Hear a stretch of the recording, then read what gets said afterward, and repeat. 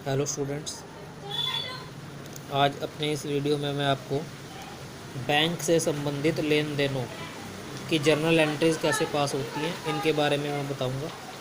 Recording of banking transactions, यानी बैंकों के साथ जब भी आप लेन देन करते हो, जैसे बैंक में रुपया जमा कराना, बैंक से रुपया निकालना, या बैंक के माध्यम से आपने किसी खर्चे का भुगतान किया, बैंक के माध्यम से आपने कोई आय प्राप्त की, तो कौन कौन सी एंट्रीज़ आप उस समय अपनी बुक्स के अंदर बनाते हो, पास करते हो। तो ये हमारा टॉपिक है।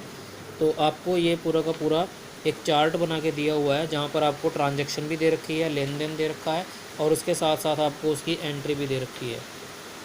तो सबसे पहले देखो, बैंक में रुपया जमा करने पर, जब आप बैंक में रुपया जमा करते हो तब आप एंट्री बनाते हो bank account debit to cash account.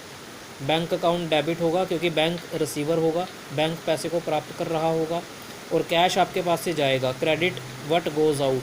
तो इस रूल से ये एंट्री पास होगी। दूसरी ट्रांजैक्शन है बैंक से रुपया निकलवाने पर। अगर आप बैंक से रुपया निकलवा लेते हो तो देखो ऊपर से अपोजिट एंट्री बनी है, जो आपने एंट्री जमा कराने की बनाई थी उससे उलट एंट्री बन जाएगी। कैश अकाउंट डेबिट हो जाएगा, इसमें बैंक अकाउंट क्रेडिट।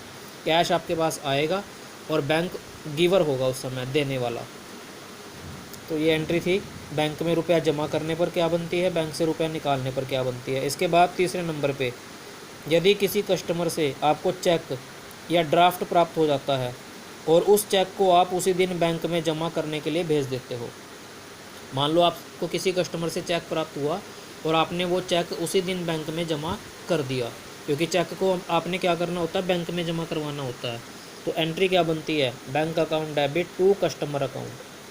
यानी आप बैंक अकाउंट को डेबिट करोगे क्योंकि वो चेक आपका कहाँ चला गया, बैंक में चला गया।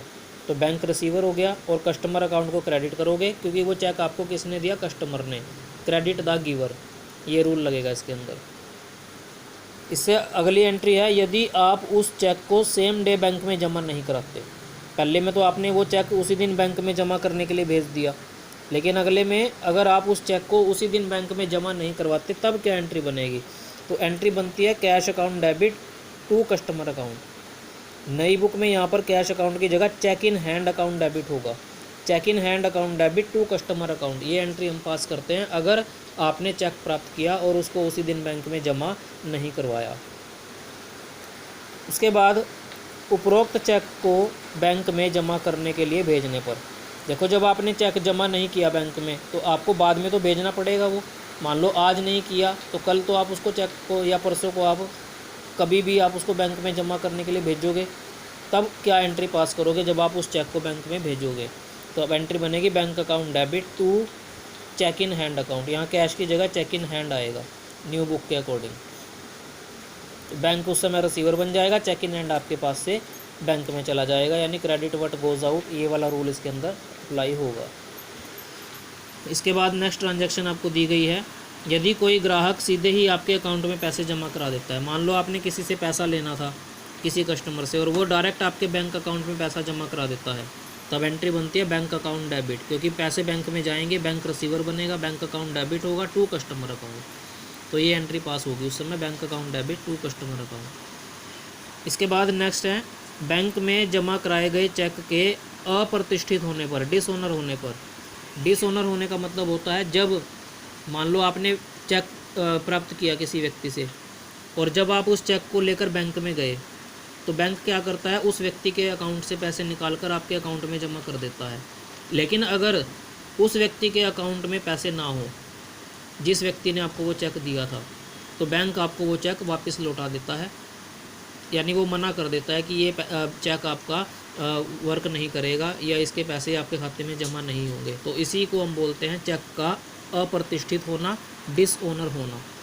तो अगर चेक डिसऑनर हो जाता है, मान लो आपको किसी से चेक प्राप्त हुआ था और वो चेक डिसऑनर हो गया, तो एंट्री बनेगी, जो ऊपर की एंट्री थी उसके अपोजिट एंट्री बन जाएगी। इसमें देखो कस्टमर अकाउंट क्रेडिट है तो कस्टमर अकाउंट डेबिट हो जाएगा, इसमें बैंक अकाउंट डेबिट है, इसमें बैंक अकाउंट क्रेडिट हो जाएगा। तो बिल्कुल अपोजिट एंट्री बन जाएगी इसकी। इसके बाद नेक्स्ट एंट्री हमारी ये है, किसी व्यक्ति को चेक इशू करने पर। अगर आप किसी व्यक्ति को चेक देते हो काट कर, तब क्या एंट्री पास करते हो, कस्टमर अकाउंट डेबिट या personal account debit to bank account. इसमें चेक आपके पास से जाएगा, पैसे आपके पास से जाएंगे, तो बैंक अकाउंट क्रेडिट होगा। देखो अभी तक जितनी एंट्रियां थी इनमें पैसा आ रहा था बैंक में, bank account debit, bank account debit, bank account debit, bank account debit. तो जिन जिन एंट्री में पैसा बैंक में आ रहा है, बैंक पैसे प्राप्त कर रहा है, तो उनमें बैंक अकाउंट डेबिट है। लेकिन इस एंट्री में पैसा गया बैंक से, आपने चेक दिया यानी आपके खाते में से पैसे गए, तो बैंक अकाउंट इसमें क्रेडिट होगा। तो आपने वही रूल अप्लाई करना है कि अगर बैंक में पैसे आ रहे हैं तो डेबिट होगा, अगर बैंक से पैसे जा रहे हैं तो बैंक को आपने क्रेडिट करना है। अब देखो ये खर्चे का भुगतान कर रहे हैं इस एंट्री में, चेक द्वारा किसी खर्चे का भुगतान करने पर, तो इसमें भी पैसे जाएंगे तो बैंक अकाउंट क्रेडिट होगा, एक्सपेंस अकाउंट डेबिट हो जाएगा।